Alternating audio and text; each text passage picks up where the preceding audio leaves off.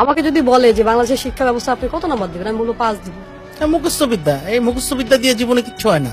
আমাদেরকে কি শেখানো হয়? উত্তর মুখস্থ করা। এটা কোথায় কাজে লাগাবেন?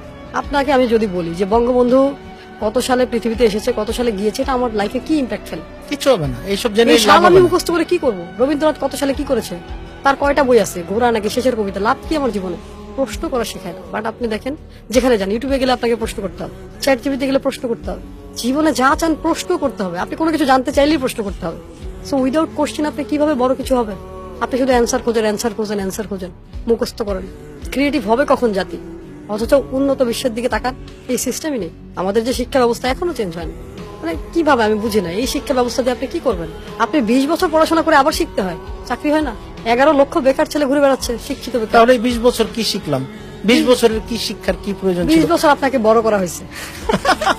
জীবন থেকে এই 20টা বছরের মানে এটা কিন্তু অনেক মূল্যবান একটা সময় নষ্ট হয়ে যায়। আর ওই যে প্রাথমিক শিক্ষা, এটা আমার কাছে মনে হয় ম্যাট্রিক পর্যন্ত এনাফ, ইন্টার পর্যন্ত এনাফ। এর পরের শিক্ষাগুলো আমার কাছে মনে হয় সাবজেক্ট ওয়াইজ হওয়া উচিত। আচ্ছা, আমার কথা হচ্ছে, আমার বাংলা সাহিত্য পড়ার কি দরকার? এই সাবজেক্টটা কেন রাখতে হয়েছে? না, যদি কবি টবি হতে চান তাহলে সে সাহিত্য পড়ালেখা করেন আপনি। এটা তো যার যার চিন্তা চিন্তা ভাবনা। ভাবনা। এটা আমার কথা হচ্ছে, তার মনে কি চায়। সে যদি ডাক্তার হতে চায়, আমি মনে করি তাকে 5 থেকেই সায়েন্স পড়ানো উচিত।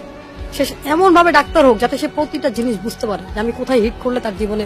এই যে ডাক্তারের ভুল চিকিৎসার কারণে হাজার হাজার লাখ লাখ মানুষ মারা যায়, কারণ কি? মানুষ পড়া চোর। সে ডাক্তারি শিখতে যেও চুরি করছে, মুখস্থ বিদ্যা মুখস্থ করেছে, পড়ার জন্য উত্তর দিয়েছে, এখন মনে শেষ। থাকতেছে না। এখন আর মনে থাকতেছে না। কারণ সে যদি প্র্যাকটিক্যালি করতো। আচ্ছা আমাকে বলেন, এমবিবিএস করার পরে আবার ইন্টার্নি করতে হবে কেন? তার জীবন থেকে কতগুলো সময় নষ্ট না? তাহলে এমবিবিএস এ কি শিখাইলো তাকে? মাস্টার্স পাস করে আবার কম্পিউটার কেন শিখতে হবে? মাস্টার্স এর মাস্টার্সের ভেতরেই থাকতো ওই সাবজেক্ট গুলো, এই যা যা দরকার এই সাবজেক্ট গুলো। 20 বছর শেখার পর ইংলিশ বলতে পারি না আমরা, তাহলে কি ইংলিশ শেখায়? এই শিক্ষা ব্যবস্থা আমাদেরকে শেখায় দাসত্ব।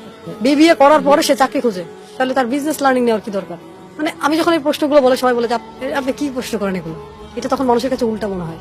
বাট আমি যেটা বলছি ইটস রাইট, কারণ আপনাকে সমাজ এমন ভাবে ট্রেন করছে, আপনার জীবনটা ধ্বংস করছে।